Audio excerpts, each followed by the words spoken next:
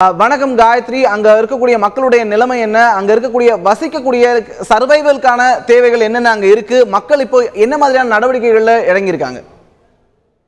Sir, இந்த ஏரியால சுத்தி பாத்தீங்கன்னா 3 அடி வரைக்கும் தண்ணி இருக்குங்க சார். வீட்டுல கிரவுண்ட் ஃப்ளோர் வரைக்கும் தண்ணி வந்துருச்சு. அது மட்டும் இல்லாம Ramapuram, Dayal Nagar, Mugalivakkam, Michael garden, Naveen apartments எல்லாம் பாத்தீங்கன்னா ஃபர்ஸ்ட் ஃப்ளோரும் தாண்டி ஜனங்க வந்து மொட்டை மாடியில நின்றுட்டு இருக்காங்க. இது வரைக்கும் ரெஸ்கியூ டீம் எதுவுமே வரல. அவங்களுக்கு சாப்பாடு தண்ணி எதுவுமே கிடைக்கல சார். ரொம்ப கஷ்டப்பட்டு இருக்காங்க. யார ஹெல்ப்புக்கு கூப்பிடுறது, அந்த ஹெல்ப்லைன் நம்பரும் அவங்களுக்கு இது வரைக்குமே கிடைக்கல. யார் அப்ரோச் பண்றதுன்னு தெரியாம இருக்கிறாங்க. ஏன்னா மெயின் ரோடு வரைக்குமே 3 அடிக்கு மேல தண்ணி இருக்கு. வாட்டரோட லெவலும் டைம் ஆகாத இன்க்ரீஸ் ஆகிட்டே இருக்கே தவிர டிக்ரீஸ் ஆகிறதுக்கு வழி இல்லை. ஏன்னா இப்போ அந்த ஏரிலாம் திறந்து விட்டுருக்காங்கன்னு சொல்றதுனால ரொம்ப வாட்டரும் ஃபோர்ஸ்ஃபுல்லா வந்துட்டு இருக்கு. கடுங்களும் இப்ப பக்கத்துல எதுவுமே இல்லை.